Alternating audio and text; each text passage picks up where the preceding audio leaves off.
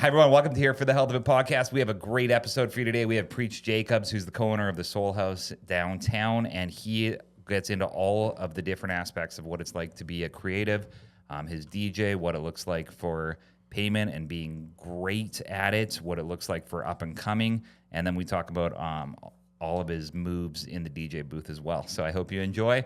If you're at home listening with your kids or in the vehicle, this might not be the one for you to listen to.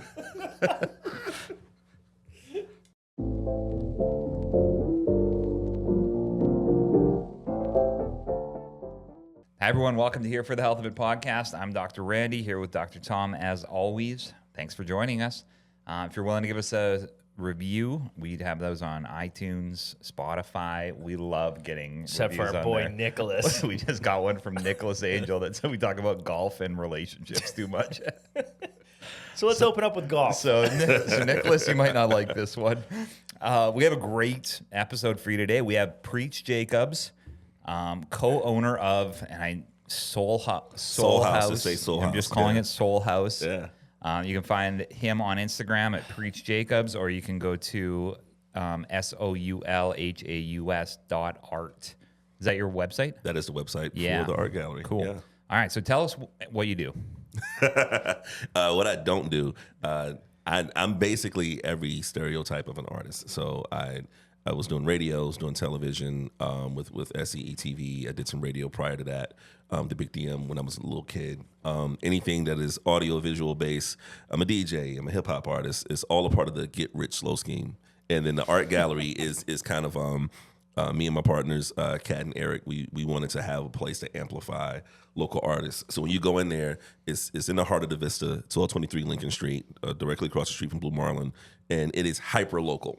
So you walk in there, you're going to have a lot of artists, primarily from South Carolina, mostly Columbia, probably some regional stuff, and we might switch some stuff up every once in a while. But one of the things that I wanted to do when we talked about it was there's a lot of galleries that, you know, we're not professional collectors, we're just professional appreciators, right? Yeah. And me as an artist creating in this city for however long, having a place to amplify your voice or amplify what you want to do is a big deal. And so to us, if an artist is like, yo, my first show was in your gallery, that's just as important than getting like a national figure in there. Right. So that's something that's really, really important to us. So yeah. Yeah, I kind of like the hyper local Yeah, absolutely, verbiage. yeah. I think we're hyper local. 100%. But that's the thing too. Like, all right, this happened with hip hop long ago, right? Where it's like back in the day, they would say that a hip hop artist is unsigned. If you're not signed to a major label, you're unsigned. Right. But there was a shift in the late '90s, early 2000s, where someone was just like, I'm not unsigned, I'm independent.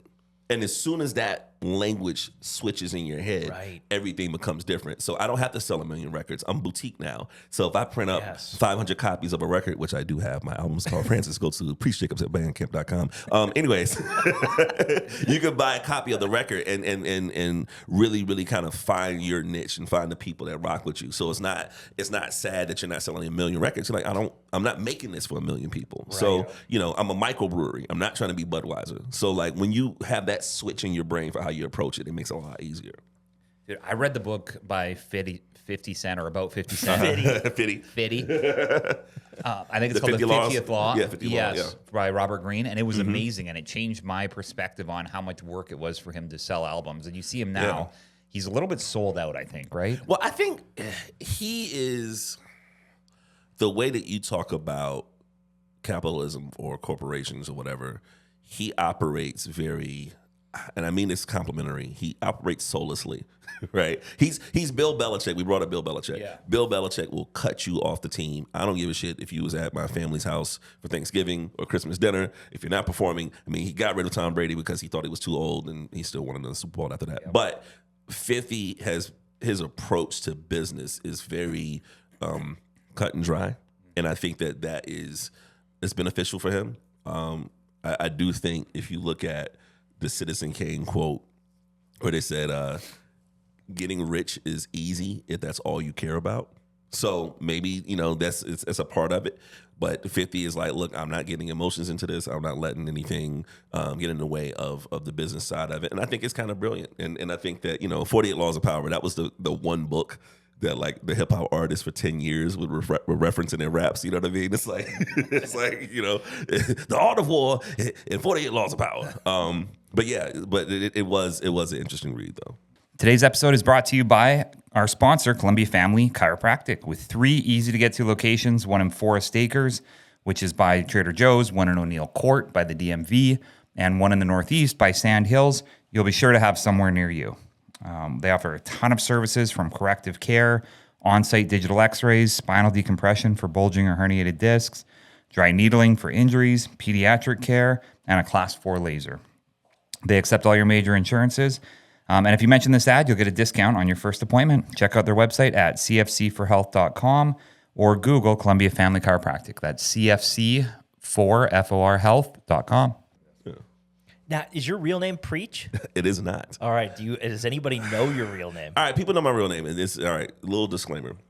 So a few years ago, Facebook became assholes again, and well, they always been assholes. When they ended up telling people that you couldn't have your stage name on there, so they forced you to use. Yours real, yeah. Yes, my real name Yes. is Derek. This is definitely an 8 Mile moment. Now, but the spelling of my real name is the craziest spelling. My real name, the spelling is so crazy.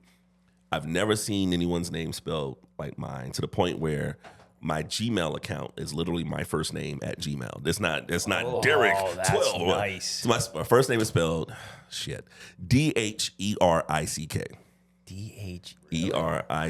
Yes, I was called Derek all growing up. You know, like kids try to make fun of me. It's Then, just I got a silent H. Yeah. I try to make it seem like, oh, D apostrophe Derek. But Facebook made me use my real name, and then people started calling me Derek. I was like, man, motherfucker, like unless you writing me a check, or ladies, I'm making you breakfast. Don't call me Derek. You know what I'm saying? So yeah. So that's my real name, and we're breaking some news right now. Nice. So I like Preach as a stage name. It's great. Yeah. And I've thought before about what my hip hop name would be if I Oh was boy, going to do one. okay. But how do I go about it? What's the process to get a good hip hop name? Well, I tell you this. Childish Gambino, which is Donald Glover, who wrote the show Atlanta, won some Emmys with it. He was also on Community. His rap name is Childish Gambino, and the reason why he got that rap name is that he went through a rap name AI generator. Yeah. And he typed in the things that he liked, and it came out with Childish Gambino. Yeah. So that could be a very simple approach. But my theory is this, though. I think that Preach is a nickname, but I've had it since I was 12, 13 years old. Because like I've had this voice since I was 5, right? So, such a good voice. So it was either I was going to be in the clergy or I'm going to be a hip hop artist. There was no in between. So I don't ever think about Preach as being a nickname, right? It just feels normal to me. I think like if you're doing hip hop music, just go by your real name. It makes it easier because like if you, I remember there was a hip hop group. Shout out to this group called Little Brother out of North Carolina. They got signed to a major label, and they said that when they got signed to a major label, they didn't realize that when they got like their first, I guess their signing bonus check, the check was written to the group Little Brother. They didn't have a bank account as Little Brother, so you got like $50,000 check or whatever the amount was, and you don't have like a way to deposit it. So they had to figure that stuff out. So to me, my mind is like, yo, you can write me a check as Preach Jacobs too. So ladies out here, if y'all want to write me a check, you know what I'm saying? But yeah. So go by your real name. There's nothing more hip hop than authenticity. Nice. Yeah. I can't go by Randy as my hip hop No. name. Dude, my name is Derek, right? So like Randy. I've always seen those things where they say if it starts with an R, then it would be this. So I'd be like Little Squishy or Jumpy Microphone. I mean, you should have you love golf. You should have a golf related. Oh, that's nice. Yeah. Handy. He's Dirty. Handy Randy. Dirty Balls Eagle. Oh gosh. So all right, so keep rolling with that. I like that. You went hyper local, and then you've found people how. You develop equity with the community. Like I've been involved in this community. Like this is no hyperbole. I've been doing art here, whether it's music, being creative, doing events and shows since I was 15 years old. I'm now 40. So I have about 25 years of just real equity in the community. Nice. So that the art in the building was just a text message. Hey man, you want to You want to be in the gallery? Yeah, man. Okay. How many pieces? I don't know. Bring them in. That was pretty much it. You know what I mean? Like 90% of that stuff was me reaching out to the people, me and my partners reaching out to people that we know, because we've been appreciators for so long. It didn't feel like something that we had to like do a overt stretch for, right? Now, the only difference is selling art is a thing, right? So it's like it's difficult for me, but this is not my strength. My strength isn't, I'm an artist, so all my friends are broke, right? So I don't know people that can walk in and see a piece of art on the wall and be like, yo, 5,000, let me cash app you. You know what I mean? So my mind, like when I was working in public television, and we would have consultants come in and talk to us about what motivates people to give, they would say, people need 5 or 6 pitches before they want to give money, right? And so my theory is engagement. So my theory is let's do some cool events at the gallery. Let's when people are trying to do some stuff, we partner up with the State Museum this past weekend, do mixers, do events, be community based, and then that full time. Am I dropping out? Something screwy with it. I don't know if it's like Is it still recording or? Yeah. Okay. All right. Well. Yeah, keep rolling. I mean, I can always come back if it's whack. I'll wear my other T-shirt. But the idea is like when you get people in there enough, then by that 5th or 6th time, they're gonna be like, yo, what's the best you can do in this piece? So to me, more than just a hyper local art that's on the wall, we also wanted to be a platform for local artists, book signings and poetry readings and stuff like that. We wanted to be a community center for artists to look at it as a safe haven to do their work. That's awesome. So when it comes to even pricing art, though, I've always looked at that and thought, what the heck? Like, how do you come up with the amount? And I always thought it was like a tax Ponzi scheme type of deal where you just it's a little more complicated than that, and we're still trying to figure it out, right? Because I come from an artist perspective where I can't tell you what you're going to charge for your piece, right? But when you're owning a gallery, just because an artist is like, hey, I think this piece is worth $10,000, I want to sell it for $10,000. When you have to get insurance for it and appraise, that might be a totally different number. Right. You know what I'm saying? And so you're in this difficult situation that if you overprice something, or if an artist overprice something, and you have real collectors come in, they'll be like, oh, if this piece is $10,000, where have they shown? Who's written about them? Where have they been? And they don't have answers to that. It could devalue the perception of it. Or even worse, if an artist think that a piece is overly priced and then they come back around and try to lower the price, someone that bought pieces from us before might not have faith in the value of the piece, right? Sure. So a lot of that times that's a part of the learning process of that as well. Yeah. But it's also too like we're dealing with really, really localized art. So I've been in situations where when I used to work at the Museum of Art, they sent me to interview Mark Rothko's son in New York. And Mark Rothko at that time, this is 2011, 2012, he had sold one of his pieces. One of his pieces had sold in auction for like $84 million. And at the same time, there was a Jackson Pollock that sold for like $120 million, all bought by David Geffen, I think. But I'm in Mark Rothko's son's home full of his father's work that hasn't even been seen yet. And it was just this overwhelming thing where you start doing mathing in your head in these 3 levels. I'm like, this dude has $500 million worth of artwork in here, right? Yeah. And so one of the things that I noticed that he did is that he was showing me some stuff that he was collecting from artists that he really liked, that no one really knew. But I realized what the method was. So he's like, all right, if I like this artist, and let's say I spend 20 grand on it, what I'll do then is I'll do an exhibit where I'll put this $20,000 artist piece next to my father's artwork in an exhibit. My dad's artwork is worth $50 million. Right. All of a sudden, you're gonna step the price up of this other one, right? So it's all about being near it at some point, right? So it's all trying to figure all that stuff out. It's a lot of inside baseball that I don't even know, and I don't even know that I don't know. So as of now, it is kind of cool because there's a little more leeway when you're dealing with like local art and local artists. Everyone's trying to figure it out and find their way, I've been wanting to ask you about your thoughts on Eminem. Eminem. That's a delicious candy. I think Eminem. I was just like everybody in the early 2000s, really, really enjoying Eminem. But I think what happened to Eminem, I still think he's incredibly talented. I don't think I've ran to listen to new music from him. His new song, it sounds exactly like what he did 20 years ago. So I don't know if it's him intentionally, parroting himself, or satire only works if you know a satire, right? if the rest of his album sounds like that, then it feels like it's kind of outdated. I have a comp for this. I've been very angry at Jerry Seinfeld lately. Jerry S. Jerry Seinfeld, because if I'm honest about Jerry Seinfeld, I grew up on the show, love the show. I call it all the time. Yeah, right. Yeah, Great yes. show. I watched that Unfrosted movie, and it was the worst shit I've ever seen. I haven't seen that yet. Do you know the premise of this movie? No, never heard of It's it. the movie about, which proves my point even more, but it's a movie on Netflix that he put out, and it's about loosely the making of Pop-Tarts. And it is Making of Pop-Tarts? yeah, like the creation of Pop-Tarts. So he's like, I work for Kellogg's. We need to have something. right. And it is a horrible movie where he's trying to be funny, it falls completely flat. And I've had this Jerry Seinfeld theory for a long time where I'm like, out of all of the greats that we lean on, if we lean on Carlins of the world, the Eddie Murphys of the world, Chris Rocks of the world, every single one of them, Richard Pryor, every single one of them have a definitive stand-up special with definitive jokes that we can always lean into. Jerry's never had that.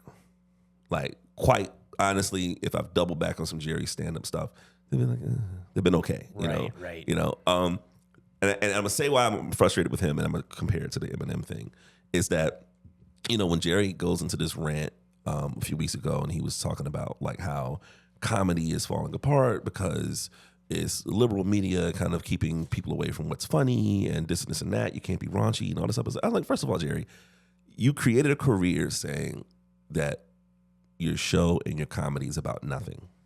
So you have an opportunity to do something, but you didn't do it, which is fine.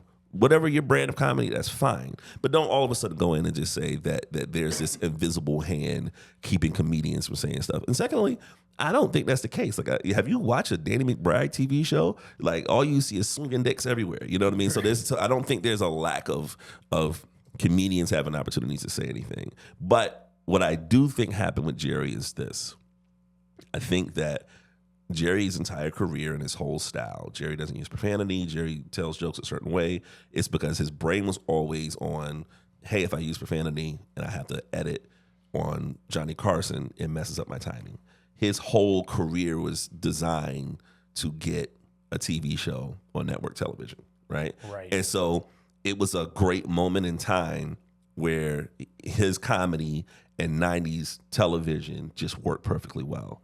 But outside of the nostalgia of me looking at these shows and growing up with it, they look like 90s TV shows and they don't age very well. Right. And so there has to be a point in time, either you're going to be stuck in the nostalgic days or you evolve. I don't think there was a lot of evolving in Eminem's sound. So if you look at the early 2000s, late 90s Eminem, and it seems like everyone is kind of piling on him. I just think that's just kind of a natural thing. It's like, hip hop is a young man's sport for the most part. It's very rare that you see people that transcends for this long period of time. At some point, you're going to be the joke. You know what I mean? Like if you do it long enough, you're going to become the joke. And one day you're going to be the old guy in the club. You know what I mean? In fairness, though, I would go to concerts of people that I liked and listen to their new stuff and be like, I just want you to play the old stuff. Absolutely, and that's natural. You know what I mean? Like I remember there was a point in time when Prince would refuse to play Purple Rain when he would do shows. And he got over that at some point because he's like, if these people paying this money, this is what they want to hear. But I get it. He wrote that song in his early 20s through all this trauma through his life. If you're an older person now, could you imagine somebody keep asking you to be that version of you when you were in your 20s again? You have to keep saying, if you're going to come out with a song, you have to be willing to sing it for the rest of your life. Absolutely. So like CeeLo Green, I watched CeeLo Green at a concert basically stomp off the stage because every time he would start playing his new song, people would just talk or boo, and then finally, and they would just scream the "Forget You" song. Listen, I have a CeeLo Green story. So years and years and years ago, one of the greatest things I've learned being someone that like put shows and events together. So I used to do this hip hop comic book convention at the Museum of Art for a few years. I did it 1 year at the convention center. It was called ColaCon, and it was the marriage of hip hop and comic book culture. So the first year we had Talib Kweli and Rhapsody and Ninth Wonder. The second year we had Ghostface Killah and Fife from A Tribe Called Quest. I think another year we had like Dead Prez. I don't know, but it was basically a lot of the stuff that you're seeing now with the combination of hip hop and comics, we were doing this like in 2010, 2011. One of the things I've learned and how I handle contracts with artists is that if you're paying a certain amount of dollars for an artist, you have to be ultra specific. Like you have to be Denzel Washington in Philadelphia where he's like, talk to me like I'm a 5-year-old. Because if you're booking somebody for X amount of dollars, you need to be like, yo, you're playing for this long amount of time. You're doing this, and this. If you don't do that, then what happened with this CeeLo story is going to happen. So CeeLo, and I'll give you the Cliff Notes version. This is when his first solo album came out. It had a song on it called Closet Freak, and it was a big record. And he came to a place called Senate Park. And there's a band that I was working with that was opening up, and we played first, and it took CeeLo forever to get on. And I am not lying. CeeLo finally gets on, and he plays, I don't know, maybe two or three songs. And next thing you know, trying to be funny, he plays like the Barney, I love you, you love me. He's like, all right, everybody, thank y'all for coming out. I had a great time, blah, blah, blah, blah. He walks off the stage. And everybody's thinking, oh, well, he must be going to put a costume on or something because he does all this extravagant shit. And his hype man is like, dog, that's all we got. CeeLo played for 12 minutes. Oh, God. Right? And for so many years, I was angry with him. Like, dog, these people came out here for you and blah, blah, blah. But then I realized, I was like, no, whoever booked him for that show they got so excited. They did one or two things. They either didn't have a contract to say how long he was supposed to perform, or you gave him all his money up front, right? And you're supposed to half and half it. Be like, yo, here's half your money now. When you get off stage, here's the rest of it. I don't know. But for so long, I was angry at CeeLo for that. But then you just started to realize the business of it. And a lot of these artists, if you're going to give them free money, they're going to take it. You know, regardless of how much you listen to the music, if you are so excited that you're working or being close to an artist that you really, really like, and you send them some money without any kind of like holding them accountable, they're gonna take it. So artists out there, if you DM some rapper that you really like and you want him to do a verse and you Cash App his ass, make sure you have paperwork before you do it. Right. 12 minutes. I'm not exaggerating. That's nuts. Yeah. So when you were growing up, when did you said you started doing some stuff at 15, but when did you know that you were an artist? Like what gifts were you identifying? Were you a good spelling bee person? Were you good at vocabulary? So my grandfather was into acting. His name is James Earl Jones, and so growing up with James Earl Jones being your grandfather, there was like a lot. That's your grandfather? I'm fucking with you. I was like, holy shit. That's always, but your voice, I was like, wait, it's coming together, that's always been like inside joke. Now, jokingly, my dad doesn't know who his dad is, so that's our joke around the table. Like, maybe, I don't know, you know. I grew up. One of my greatest heroes is a guy named Gordon Parks. And Gordon Parks was the first black photographer for Life magazine in the 1940s. He was the first black photographer for Vogue. He was the first black director to get a major studio budget. He did a book called The Learning Tree, which is the Library of Congress of one of the best pieces of literature of all time. And he did all these things, and he was one of those people that the whole concept of staying in your lane, I think, is the dumbest shit ever. I think that you don't tell people. I think a lot of times there's a lot of racial connotations when people say stay in your lane, because I feel like, if you look at Steve Ballmer that owns the Clippers, his money came from, Microsoft. Right. He doesn't know shit about basketball. Right. No one's saying stay in your lane. They're like, oh, he's diversifying his portfolio, right? And so Gordon Parks was one of those people where I was just like, he was an artist. He was a professional artist. And it was something that just resonated with me when I was younger. I was like, oh, so I like to write poetry, I like to write lyrics, I like to take pictures, I like to do this, and I did all of those, right? So from my early age, I just knew that I just wanted to be creative. You know what I mean? Now, a lot of times, growing up a young black kid in the South, there is a rural Southern black thing where if your parents, like my parents, they just didn't understand it, right? Like, because they don't know a lot of artists that can make a living, right? So a lot of times it will push you towards other things, right? Because that's just the nature of the business, right? Where they like, look, son, I don't know a lot of painters that can live and take care of their home. I don't know any MCs or you know what I mean. So I think that's in all races. Like being an artist is hard. Absolutely. Really hard. Yeah. And it's poor, and then hopefully mega Yeah. rich. What There's the- no in between. Well, it's so I had a conversation with a friend of mine the other day, and we were joking about how so there's a comedian named Roy Wood, and he was joking about finding out that Idris Elba was British for the first time. And he was just like, he was just like, it was a terrible day in the black community when we found out that Idris Elba wasn't American. He was like, you couldn't tell me that he wasn't Stringer Bell and he wasn't from Baltimore. Then you see him in an interview and he's like, in the morning I like to eat a bowl of beans. You eat a bowl of beans for breakfast? What? You know? And so the joke, when I was talking to my friends about it, they were like, why are so many great actors from the UK? And my theory is this, I don't know if this is proven or not, but my theory is this.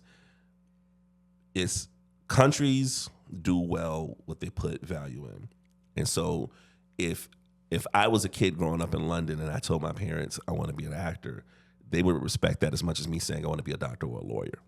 So when you have the community embrace Right. that type of skill or that art or the arts is something that is valuable to the community, it's not frowned upon. So it's not about becoming a rich artist. It's about respecting that it's a noble gesture to go after it, right? So it's like, you know, even with my parents, it's like, you know, even if it's something that doesn't make a lot of money right away. I mean, because I guess being in the medical field, you're gonna be broke for a while going through school, right? Yeah. If you were into something that they could understand, even if it doesn't make a lot of money, they say, oh, there's something noble about it.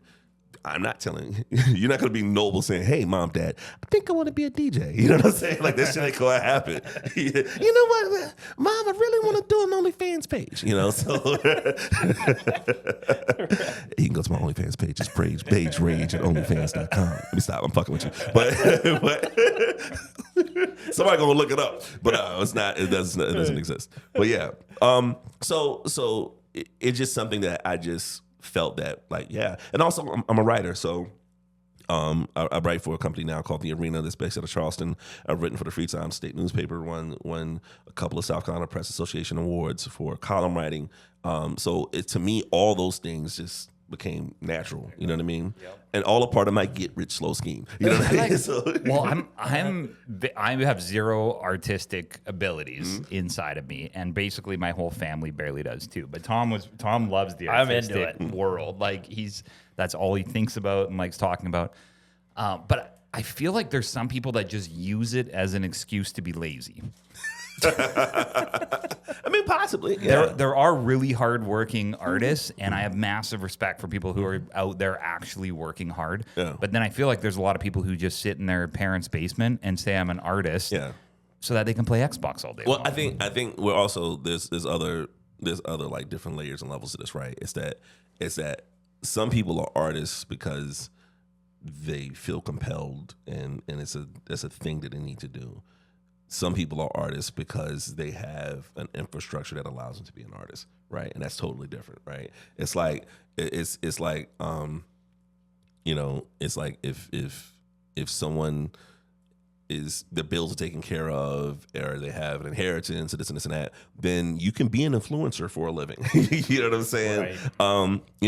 But I also say that there is a romanticism of struggle for artists that I don't adhere to, right? Like the whole thing is starving artists and all that type of shit. I'm just like, nah, I'm over that. I think that what then happens, the community has to train, the artistic community has to train the public how to treat us, right? So a lot of times, a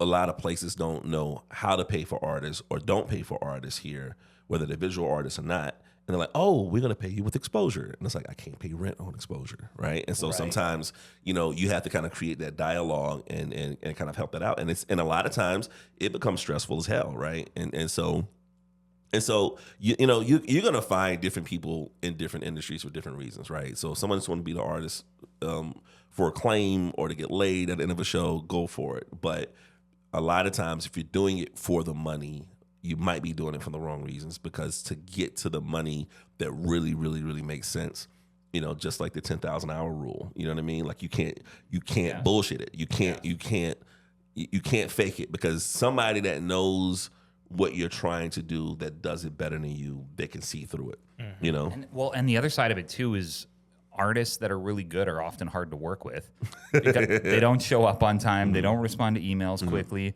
They don't. They want to start when they want to start, and they want to end when it feels right. And you're sitting there like, I'm paying for this. I'm trying to organize people to get there, but I need responses in order to do it. And same way that the artists, you know, we have to train the community how to treat them. Sometimes the community needs to train the artists as well. And sometimes, you know, sometimes artists would do certain things like that because you allow us to do it, right? It's like you got a little more patience with the really hot chick if she's late than the woman that you're not really attracted to. You know what I mean? Like, you know what I mean? point. Like, you know. So that's why I broke up with Rihanna. She was late all the time, but you know, so sometimes, you know, we have to, and sometimes that's baked in the pudding, right? There's some artists that if I needed some graphic design work or something like that, I would always tell them that my deadline was 3 weeks earlier than when I needed it, right? So you know what I mean? So when they're late, it's on time, right? So sometimes that's a part of that process too, you know?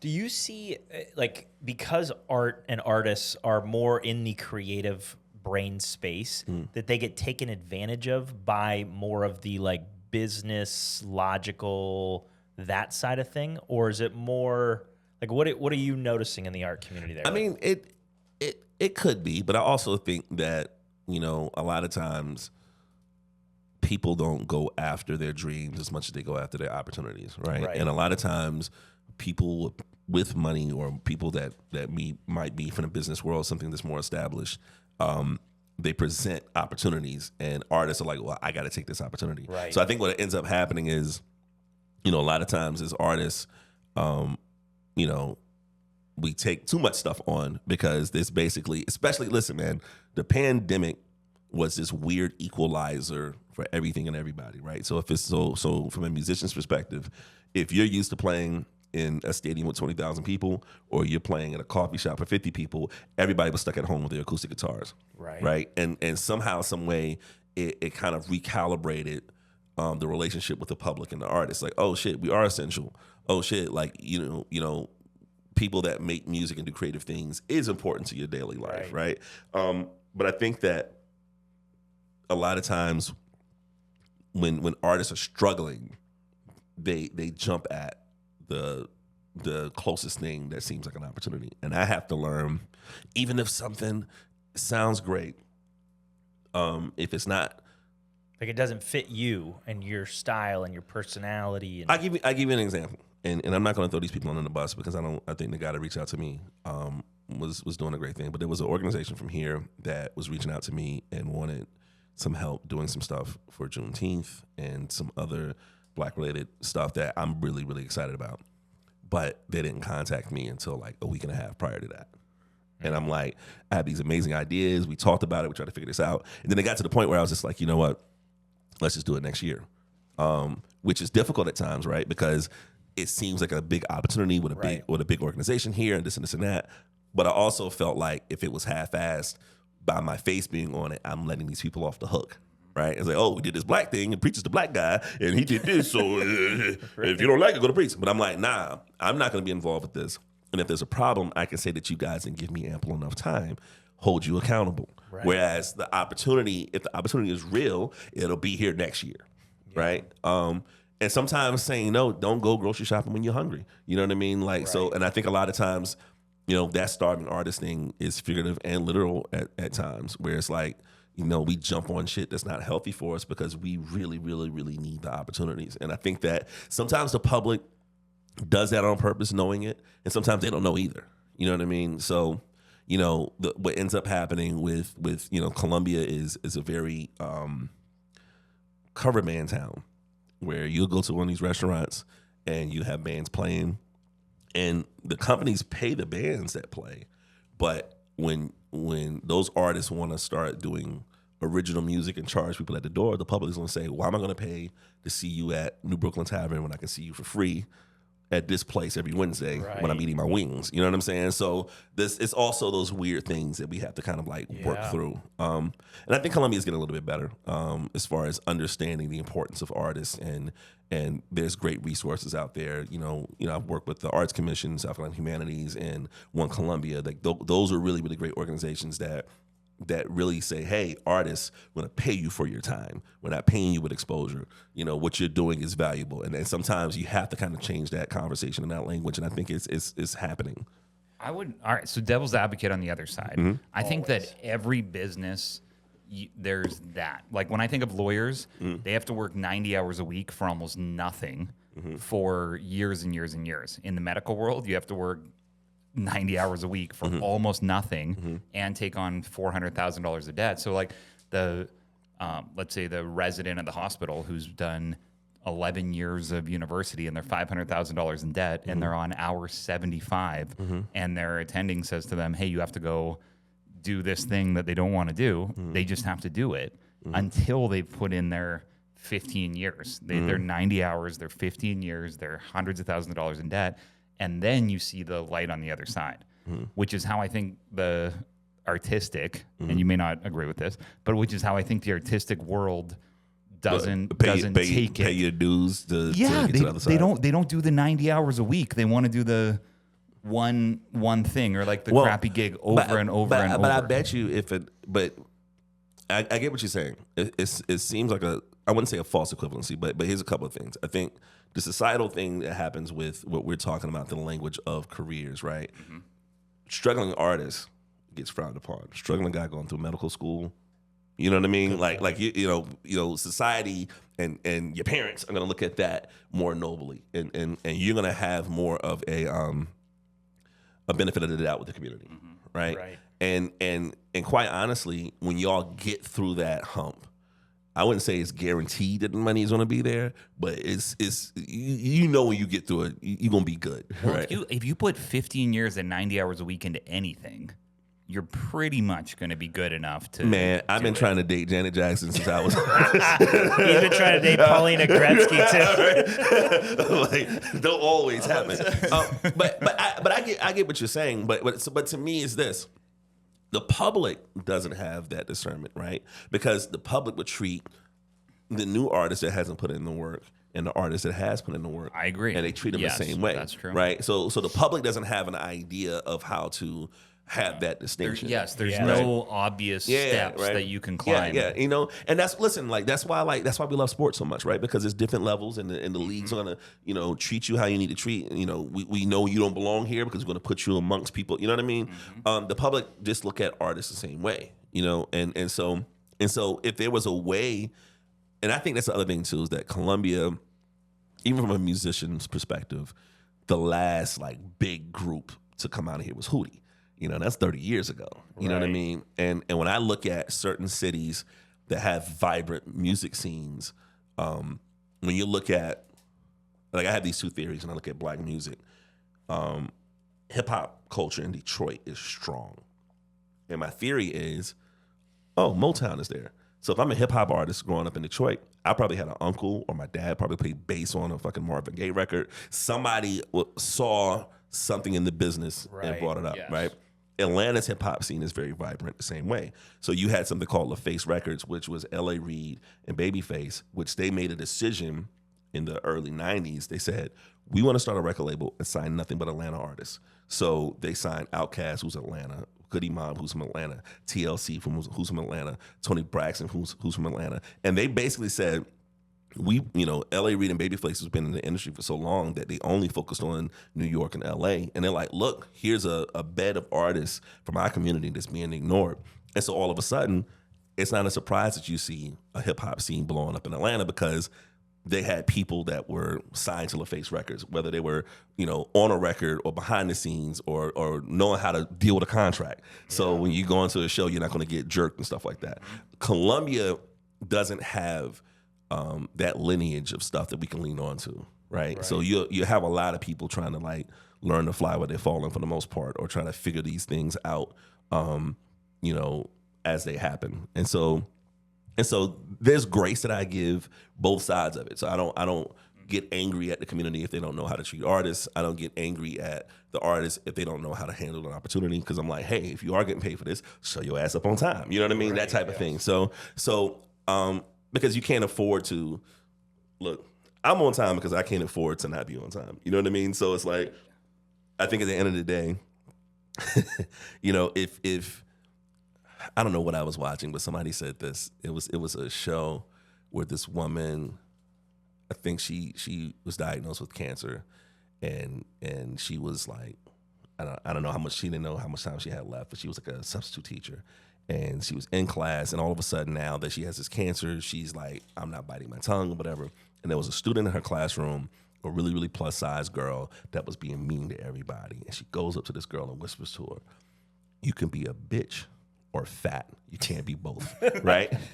And so, and that's how I look at it. It's like I wasn't ready Like- for that. it's like, you know, if artists, if some artists are assholes, they have to be extraordinary to get right. away with it, right? Yes. And it's like, if you're not an extraordinary artist, then you got to be pleasant. You know what I mean? You got to be good to work with, and I think that people would give you more grace in that regard. So I'm like, yo, like, if I'm not, you know, transcendently talented like Prince or whatever, I at least want to be like, yo, he's cool to hang out with. You know what I mean? And I think that's equity in itself. Which I would say you like respond to things quickly. You show up where you're supposed to be. I know Tom met you before too. You're Yeah. networking. You're at all your events, but it's hard to quantify that Yeah. and to know because there's some other guy that could be 25 years old pretending to have the same resume as you. Yeah. And for a person like me, it's impossible to differentiate.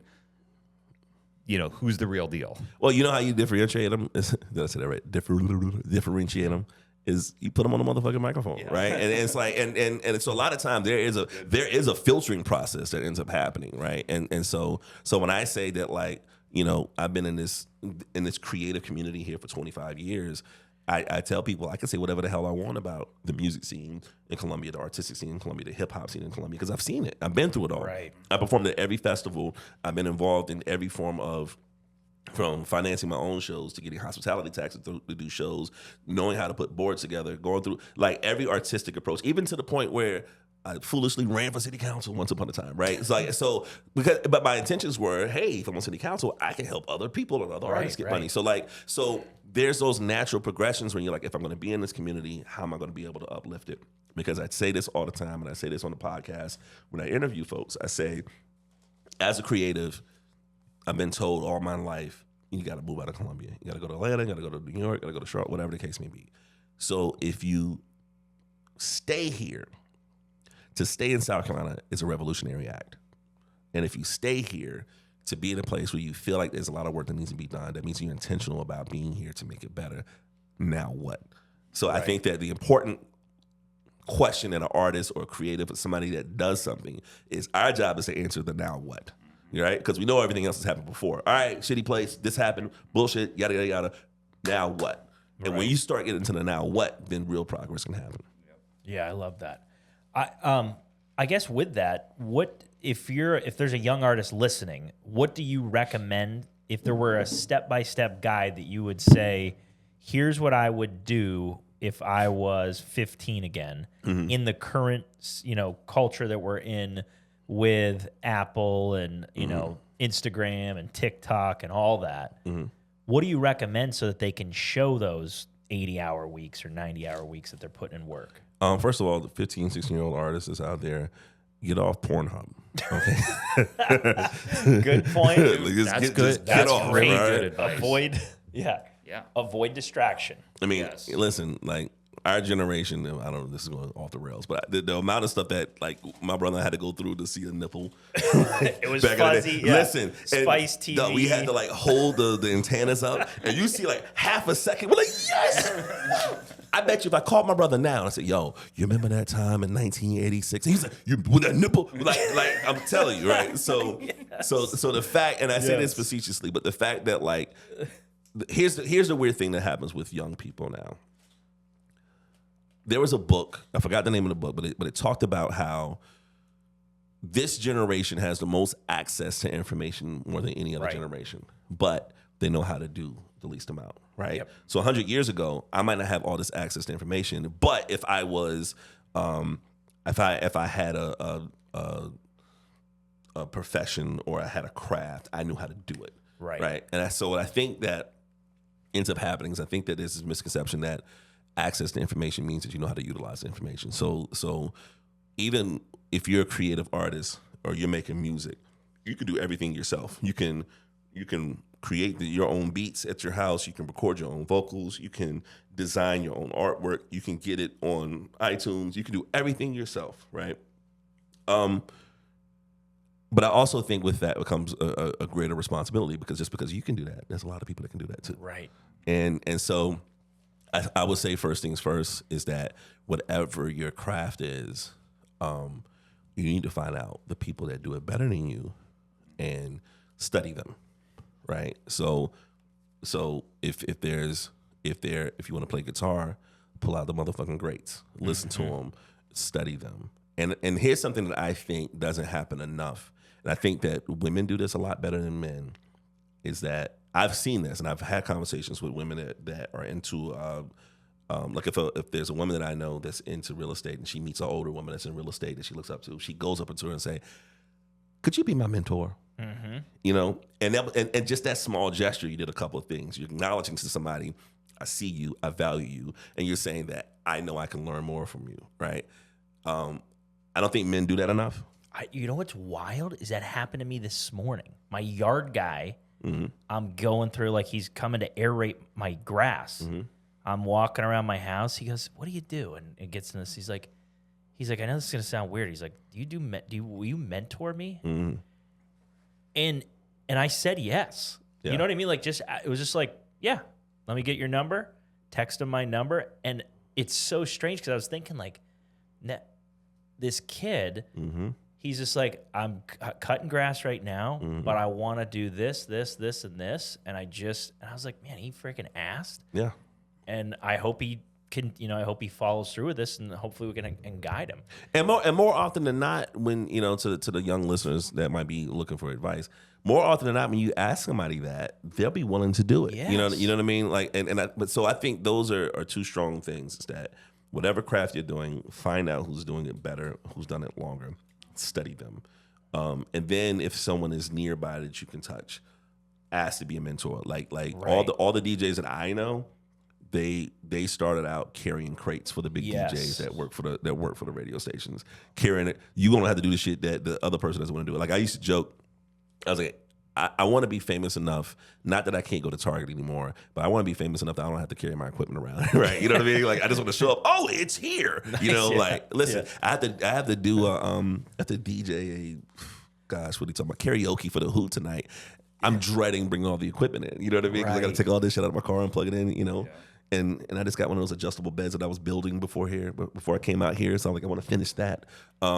That's old man status stuff too. Like, I want, you know what I mean? Like, I was like, I want the bed. You press that button. Let's go. But I would also say, do the work and. Well, and see, if I'm listening to you right now, and when people listen to this, I'd be calling and DMing you to say, I'll carry your shit. All right, let's go. Yeah. Hey, Well, look you know what I mean? Like, if I'm an artist, I'm like, hey, Preach Jacobs in the motherfucking there you go. right It's now, like, hey, right? I can do that. And just because you're so spot on, though. Like, they get to be around you then for all that amount of time. And the little things that you may not even know you're saying, but just to watch you, your mannerisms, all that stuff. And the people that you're around, that they'll also just be around to meet. Like, people miss that. Yeah. All the youth are missing that, and they are just doing the everyday, same old shit that's not getting them anywhere. Well, I also would say, and back to your point, I don't know why I want to call you MC Par 4. I think that's the rap name I got in my head. I think MC that's Par felt 4. good. That actually really felt good. MC Bogey. MC Bogey. Oh, no, but back to the point that you're saying that about, I think the word that comes to mind, what you were talking about earlier about being the devil's advocate, is that the entitlement, right? And I think, Yes. I think what happens is, another layer to this is that a lot of younger artists, a lot of these young people have found a way to make a lot of money just by being on Twitch, right? Like during the pandemic, there were people that would just be on Twitch just playing video games, Right. and they monetized it, right? Right. So there might be this component of younger people like, dog, why am I going to listen to you when I can figure out a way to Right. to have reveal videos and open up boxes of shoes, and you know what I mean? So there is that dynamic as well, where there could be a generation that doesn't value the mentor-mentee relationship as well, right? But you know, maybe that's too far in between. But I would say, you know, figure out, you know, what you love, study the greats, do your research, do your practice, find a mentor. And I would also say artists need to figure out what their value system is with things, right? And if you do pro bono stuff, always have a clear idea of what you're getting out of it. Right. And I think a lot of times what happens is we just take on these opportunities, we don't think about it, and then you turn around and you're basically like, holy shit, like, what have I done? I'll give you an example. There was a couple of DJs that I worked with, and there was this venue that used to like rotate between the three of us. This is like years ago. And there were times where they wasn't paying a lot of money, but every time they would write a check, the checks would bounce. And I'm talking about bouncing like 2 or 3 times. You got to go back to them, all that type of shit, right? And what would happen is I realized when they had another night with another DJ, this DJ got paid on time, got paid more money, all this type of stuff. And I told my homies, I said, hey guys, what we have to do is not do this gig anymore. And have like kind of this unified front that it's not, you know, if they're bouncing checks on you, if someone's bouncing checks on you multiple times, they're doing it because they can, right? Yeah. And if you got other people that's playing and they pay them early, pay them on time, then that's just them saying, oh, these guys would do it. You know what I mean? Yeah. And so sometimes you have to know your value in the sense of, all right, man, you know, word goes around. If you do things below value or below rates or whatever, somebody's like, oh, you can get this motherfucker cheap. Oh, you know, you can bounce a check on him 3 times and he won't even get mad. Right. You know what I mean? So sometimes, you know, artists need to know when to say no to an opportunity as well. And I think that the public and the community will respect you for that as well, right? When you say that, like, listen, this isn't for me. And you don't have to be mean or an asshole about it, but knowing what's for you is really, really important. I remember when I was doing ColaCon, and we needed sponsorship, we needed money, and there was this organization that had like this pink liquor drink or whatever. They were trying to come Pink in. Whitney? Liquor. It was this liquor company that was coming in, and they wanted to sponsor the event. And I was looking at all their marketing, all the promotional stuff, and I was just like, dog, I know y'all offering $10,000, but this isn't going to work for me. And to turn that down, especially when you need the money, when you need the money, right. I think that's where the moral compass comes in. When you're like, all right, this wasn't for me. I was faced with something with desperation, and money came through. And when you say no, you're telling the universe, I know that there's a yes for me that makes more sense down the line. Yeah. So let's talk about the finance side of it then a little bit. Mm-hmm. If you were going to have a party at your house and you wanted to DJ for 3 hours, let's say, how do you know where to start? Because that's always my thought. I want to have this, but I don't want to offend anybody, but I also don't want to get paying more than I should, I don't know where to go. It's a sliding scale, right? Because it's I give you an example. There's a friend of mine years ago. I used to have this joke about my friend because I would see her once every 4 or 5 years, and she'll pop up out of nowhere. So me, my people that knew her, we just thought she worked for the CIA, right?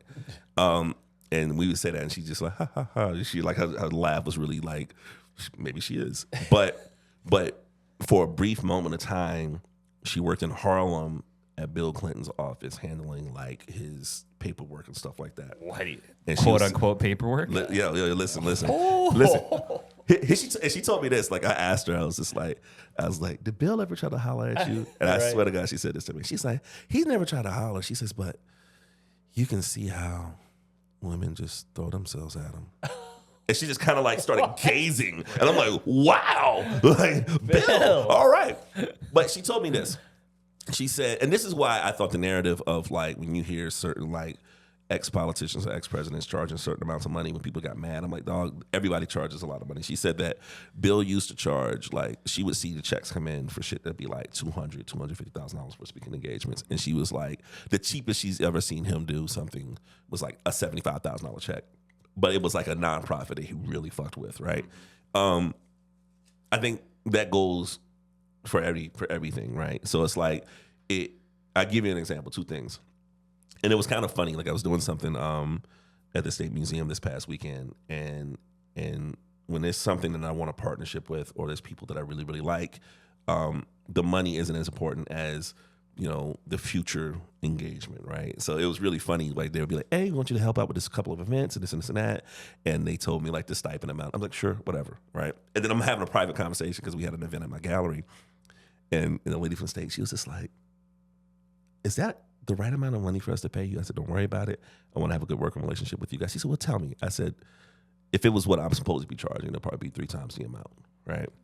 And she was like, okay. And funny enough, we had an event on Saturday. She comes up to me and she says, listen, I want you to know we're giving you 3 times the amount. She said, because we want to make sure that we have this working relationship, right? But I say that to say the money wasn't an issue as much as it was my trust and value in the community. If it's something that's dope, something that's fun, if it's something that makes sense, and if there's like people that I see that are trying to do good in the community, like if there's young Black creatives trying to do something in Columbia and they want me to help host an event, DJ an event, be a part of something, I'll always have their back on it. And if I have nothing conflicting it, I'm like, whatever your budget is, we'll figure this out, we'll make it work. If it's motherfuckers that got money, then we're gonna beat you over the head, right? But I think that goes for everything, right? And so, the night of the week is different. Events are different from where it is. But essentially, if you want kind of like the closest thing to a blueprint, you're probably talking about $150 to $200 an hour, roughly. Yeah. You know what I mean? With a minimum of what, 2 to 3 hours? I mean, something like that. You know what I mean? Yeah. Like, and it's a sliding scale. It's a gauge. Like, like one of my favorite gigs lately, and I want to shout out to Tim and Lula Drake for just winning the James Beard Award. It's a really, really dope spot. It's a wine bar, and I'm there one night, and I'm talking with Tim, and they're playing like some jazz over the top, and I'm like, oh my gosh, I love this record, and I'm telling him, I have all these original jazz records. I have these original Dave Brubecks and original Miles Davis from Columbia Records and this and that. And I was kind of just, saying I wish I could play jazz records somewhere in Columbia. Like I'm DJing somewhere and I play Miles Davis, they're gonna kick me the fuck out, And he's just like, would you like to play records here? And I was like, I'd be down for that. He's like, what about Tuesday nights? I'm like, sure. And so the money that he was offering, he was like, man, I know this isn't enough. I said, dog, look, I don't give a fuck about the money. I care about 2 things. I care about a residency, which for a DJ means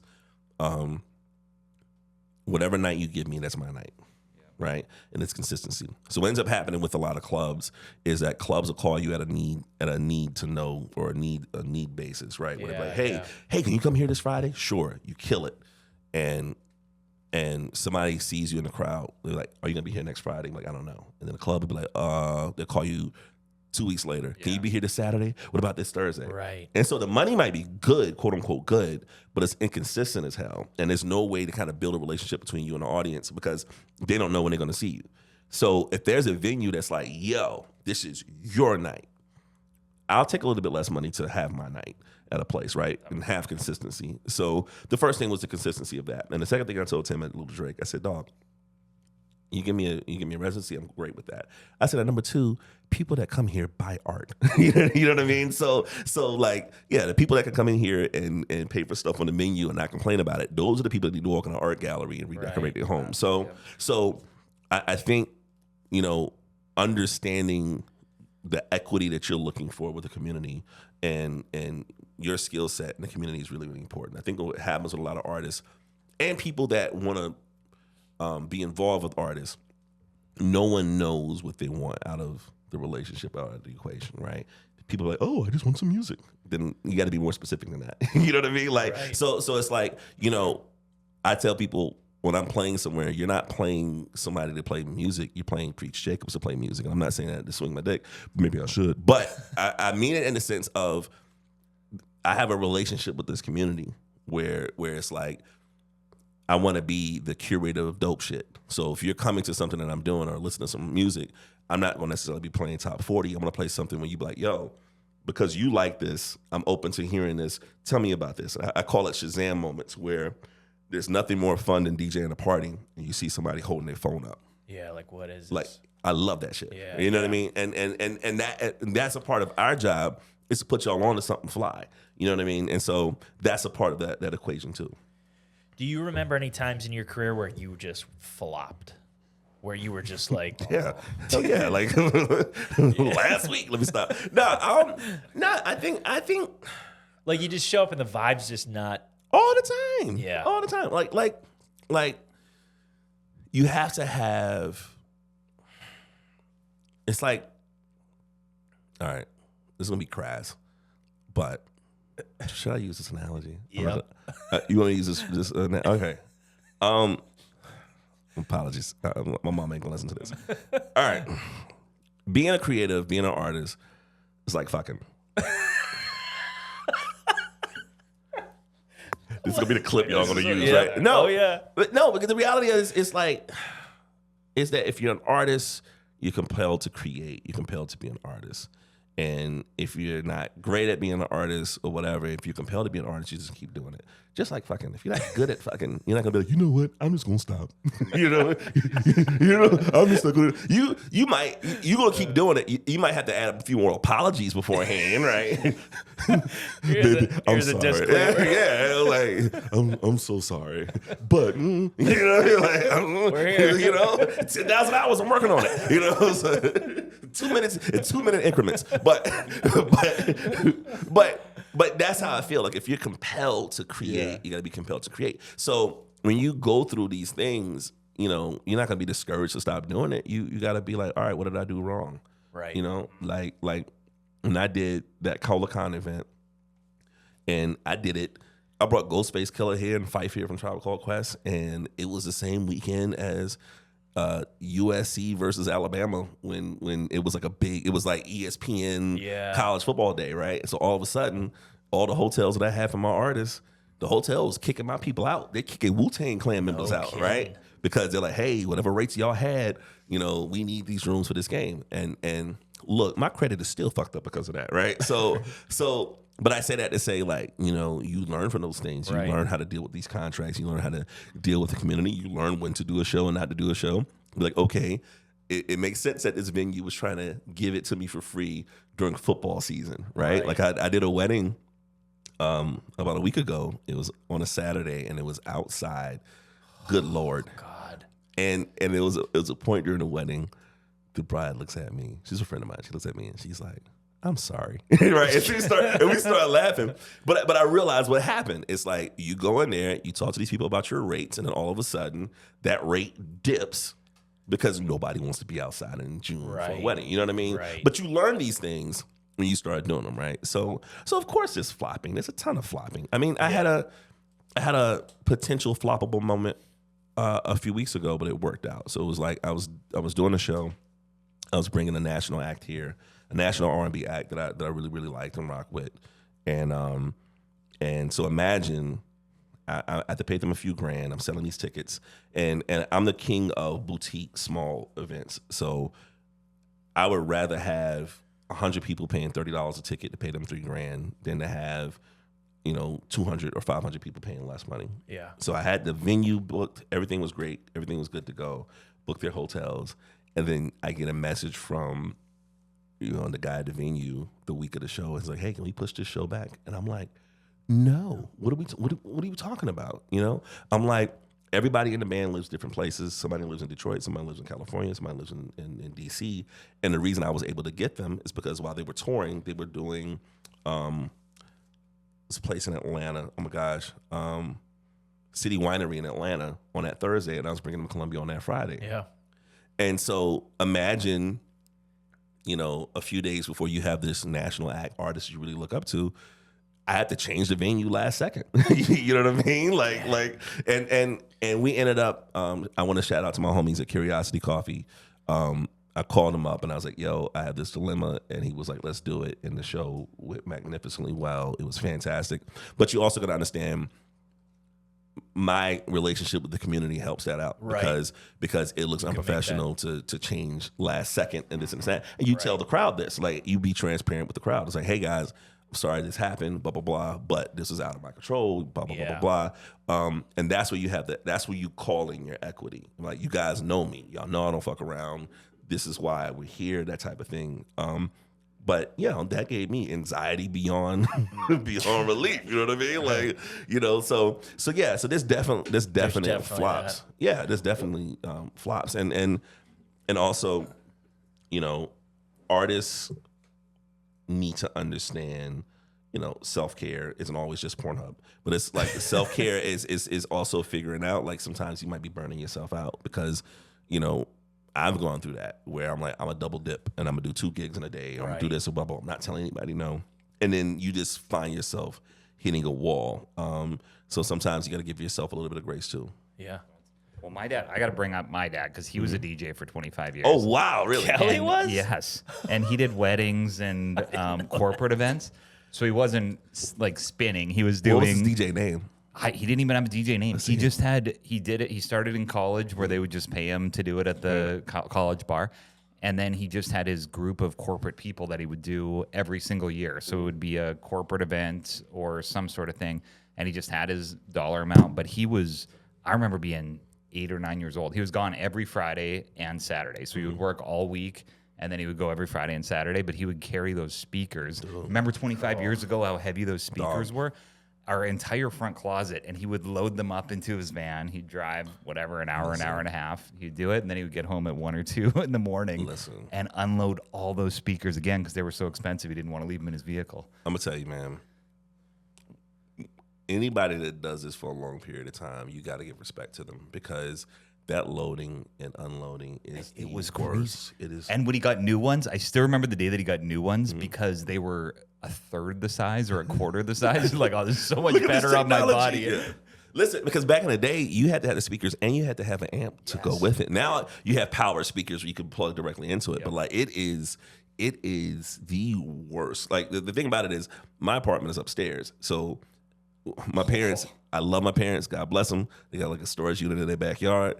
And like, hey, I don't have to put these speakers. Like, which when I leave here, I got to go get them because I got to do karaoke night. Because I was like, listen, I had a show one night and it went really late. And I was just like, oh my gosh, I have a subwoofer in my car. I have to take these up the stairs.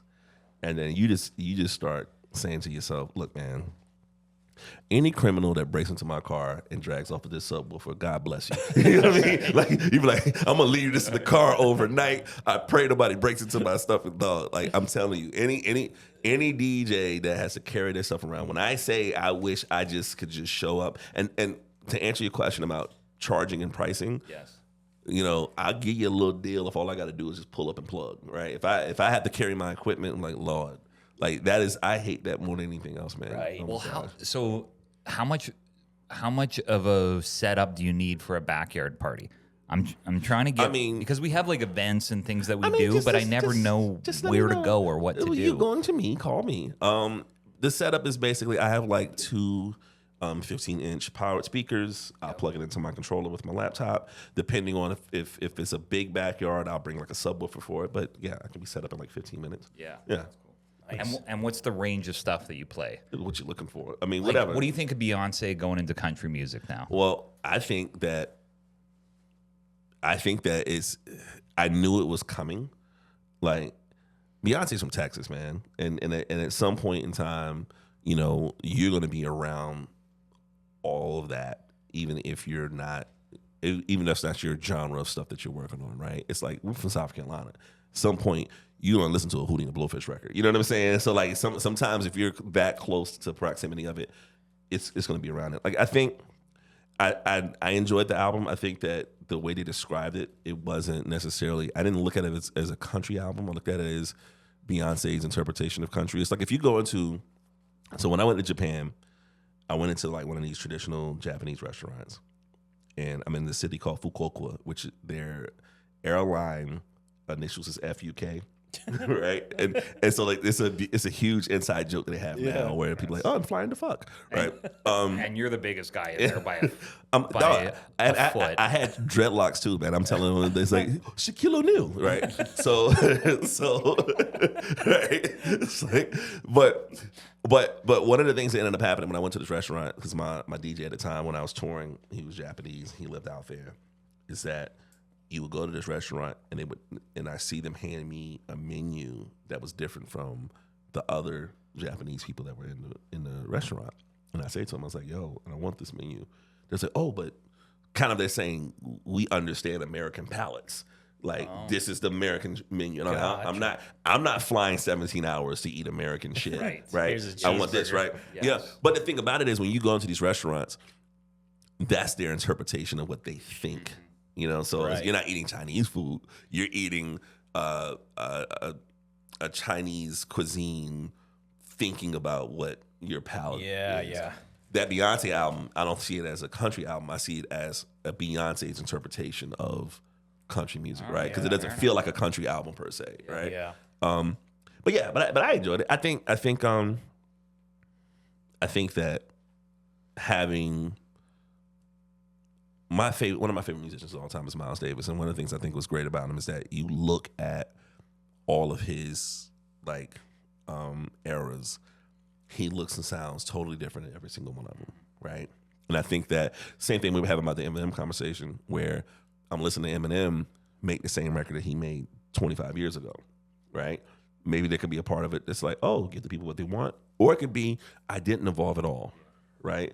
You know, Jerry Seinfeld, same thing. It's like, he's still, what about those chopsticks? Like, you know, he's still making the same joke, right? And so you can't get mad when everyone else, you know, gets away from you. So to me, at the end of the day, regardless if I think the Beyonce album is great or not, I really enjoyed it. I think the one before that I really like more. But it's like, I want to see artists take those chances. I want to see artists like do some shit that makes them really, really uncomfortable. You know what I mean? Yeah. So yeah, I'm with it. When you're performing, do you watch people dance? Like, do you observe dancing? And why is it that I white hope guys not. cannot? Like, we just cannot, and a lot of white women too. Right. He's right. We don't hear what you guys are hearing. and I was like, And I don't know what to do. what do you see? Yeah, what are you seeing out there? to do. I never know what to do or not to do. All right. And is there any music you can play for us to make us look good? I Like, mean, that's what we want. We walk listen. in. Listen, I think "Sweet Caroline" is the white people's national anthem. You know what I mean? And honestly, like if I'm playing, like I've done this before. If I'm at a wedding or something, if I'm at a white wedding and I'm playing like the Cupid Shuffle, I'm filming y'all all off beat, and I'm sending this shit in the group chat to my family, right? Yes. But there's a remedy for this. Like, man, you know, go to a black cookout. And somebody auntie, if you same thing about the mentor, Right. Like I need a mentor to show me how to do I want this a shit. black culture mentor. Yeah, like you go to one of these cookouts, somebody aunt be like, look, Miss here, Adele, honey. Come here, I honey. don't know how to play spades. I can't dance to the Cupid Shuffle. I can't do. Man, come here, baby. And she go, you know, she be like, first of all, take these raisins out of the potato salad that you brought. You know what I mean? But I think. She's gonna say you're hopeless. What my fear is, Auntie's gonna say like, I'm sorry, I tried and there's nothing I can do. Listen, but you know, secretly I can't dance with the shit. That's why I'm the DJ. You know what I mean? Like I'm gonna press play and make fun of y'all, but I'm gonna stand right here. But it's, you know, I think. But I also think that kind of extends to another thing where I tell people this all the time, and I've lectured about this, where I'm like, you know, get out of your comfort zone, right? So one of the things I wrote about, I did an article about how to celebrate Juneteenth, and I said it kind of tongue in cheek in some ways. In some ways, I was really serious about it, where I was like, you know, as a black man for Juneteenth, figure out self-care, you know. So I had a picture of me getting a mani-pedi for the article and figuring out ways to really kind of detach. And then I was also I brought up how non-black people can kind of celebrate and help out with Juneteenth. Is that, you know, one of the things that happened during the pandemic and the Black Lives Matter movement and the murder of George Floyd, there was these small gestures that you started to see where, if, you know, it was the pandemic when we were ordering food out 4 times, 5 times a week. Right. The gesture was, all right, well, let me be intentional about one time during that week, I'm going to intentionally find a black-owned restaurant, right? And I would say I extend that to everything, right, where I'm like, hey, if you really want to have a great relationship with the community, find different people, different cultures, different environments you want to go to, that you want a better relationship with, and just get out of your comfort zone. Go to Right. Decker Boulevard, where it is all these restaurants, all these different cuisines, go into one of these places and try it out. And more than likely, when you're in there and you're honest and say, hey, I've never been here before, what do you recommend? Different people in different cultures are always going to be inviting if you're coming with the right idea, right palette. You know what I'm saying? Don't be Gordon Ramsay and telling an Indian chef that you can create pad thai better than they can, right? You know, I'll make this better than you. And they're like, this is terrible, right? You have to have humility when you walk into that. And I think that just the gesture of intentionally being in uncomfortable places. Like, I'll give you an example. So this was right before the pandemic. You know, I was writing for the Free Times, and my editor hit me up, and he was like, hey, would you be down to go to a Jason Aldean concert? Yeah. And I was just like, are y'all paying me? He was like, yeah. I said, all right, fuck it, I'll go. Right? And I, like, you know, and it was really funny because, like, I took my white homie with me. And my white homie is like, he's Boston. He's like totally like flogging Molly and all that type of stuff, right? Yeah. So he wasn't a country guy either, but he was kind of like, you know, my white chaperone. And so we went in there, and it was really, really funny. And my friend was joking with me. He says, Preach, don't worry. You know, all you got to do is just pretend like you're Darius Rucker, and they'll leave you alone. And Jason Aldean in the middle of the show, he was like, I'd like to call a good friend to the stage, Darius Rucker. And my friend was like, oh, no. You know, but when I wrote the article about it, I think the headline was hip hop artist Preach Jacobs goes to his first concert. And it was like, ... for real. And I wasn't mean or nasty about it. It was just me kind of just writing this, you know, fish out of water experience this whole thing. And it was really it was a sweet article, right? It had nothing to do with me ever listening to Jason Aldean again. And as a result of that, my reputation with the community now is like, I would have people hit me up to go to random concerts now. Yeah. And it might not be the first people I would listen to. I'm like, fuck it, I'm gonna go. Yeah. You know what I mean? Because to me, I'm like, what better gap bridger are you gonna find than the music? You know, so I've been to a Flogging Molly concert. I've been to a Dropkick Murphys concert. And when they see you there, they're gonna bring you some beer, and you're gonna have a best friend for life, that type of thing. So I kind of extend that kind of mentality on anything that I do. Yeah, nice. What is there any beef in the art culture here in Columbia, like the community? Anything that we need to know behind the scenes that people are fighting? I think the best beef is beef that the public doesn't need to know about, right? I feel like you're gonna see beef, but it'll be like inside baseball shit. You know what I mean? Yeah. Like, because I think everybody understands how difficult it is for people to get, you know, for artists to get these opportunities. You're gonna have just artists just talking shit about somebody's technique. Like, motherfucker, I can paint that better. You know what I mean? Like, it's gonna be it'll be stuff like that, but it's nothing like real serious, nothing right? Crazy. Okay. I think what does happen a lot of times is that, you know, I don't think the beef is between artists. I think the beef is the artist community and the media around here, where I feel like there's a lot of people doing a lot of great things, and you have a lot of young creatives that's just like, yo, why aren't we getting any coverage? Nobody's getting covered. Yeah, you know, why isn't anybody writing about us? And a lot of times there's, and this has happened to me for a long time, and I used to get this kind of criticism from the hip hop community. There was a long time where the only two rappers that were written about in the Free Times was me and Fat Rat. And it made Columbia feel like, oh, we the only two rappers out here. And I'm like, dog, like, I hear you. Like, I feel you. And that was an opportunity for me to say, hey, you want to get an article in the paper? Because I wrote for them. Here's what you do. Don't give them a press release 2 days before your show. Right. Give them an opportunity. You know what I'm saying? So I use it as a moment that even if people were getting frustrated with me, I'm like, this is what you do to kind of help out, right? And so I think a lot of times, kind of that thing about extending it, a lot of times people in the media, people that are supposed to cover the arts and the community, they cover a lot of people that they're comfortable with. And sometimes they're going to have to go to a black-ass event, a black-ass artist, and not be experts in it, and be open to hearing and seeing something that they're not really, really well-versed in, and cover it. And I think that's the responsibility as well. Nice. And then I had two last ones. What's your process when you're creating? Like, what do you go through? Is there like a word or a phrase or a vision or a dream, or what is it that you like sit down and then start either writing or mixing or? I don't know. I think it differs. I think you know, shout out to the Arena, the company that I'm writing for, is that I used to do column work like once a month for the Free Times. And then it got to the point where I would just write when I wanted to write something. And the Arena is kind of like, hey, we really love your shit. You need to give us 2 articles a week, right? And I started to learn that there was this guy named George Hamlin, who used to be a columnist for the New Yorker or the New York Post back in the 70s or whatever, and he was talking about he would have to have these columns out like once a week, or I don't know how often he was doing it. And it was one day he's like sitting at his typewriter, kind of frustrated, and this older writer is like, "What's going on?" He's like, "I don't know, man." He's like, "I think I have writer's block." And this older writer said, "You're not important to have writer's block. Like, get it done, right?" Yeah, yeah. And so a part of me at times, writing columns and stuff like that, having the deadlines and being forced to do it, Yeah. I think is really, really great because it makes me exercise these thoughts that I have and try to get these thoughts out and be well organized and manicured. Creative, artistic things, a lot of times you wait until you're inspired.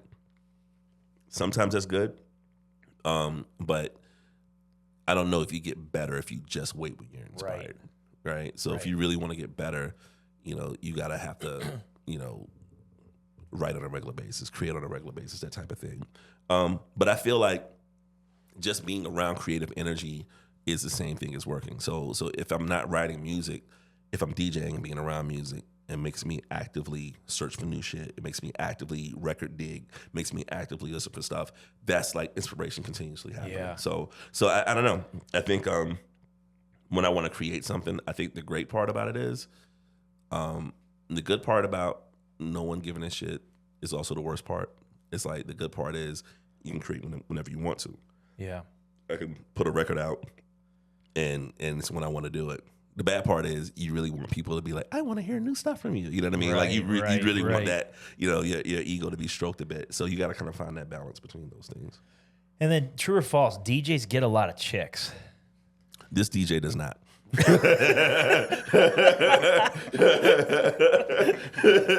Well, now that you're on the show, you're gonna get tons. Is there a go-to? Oh, this is good. Is there a go-to song that just gets black women excited? Like, do you have a song or two that we can put in our repertoire that we just play it and black women love it? I mean, I don't know if this is the exact song, but all right. So there's moments where you have conversations with the community, and a lot of times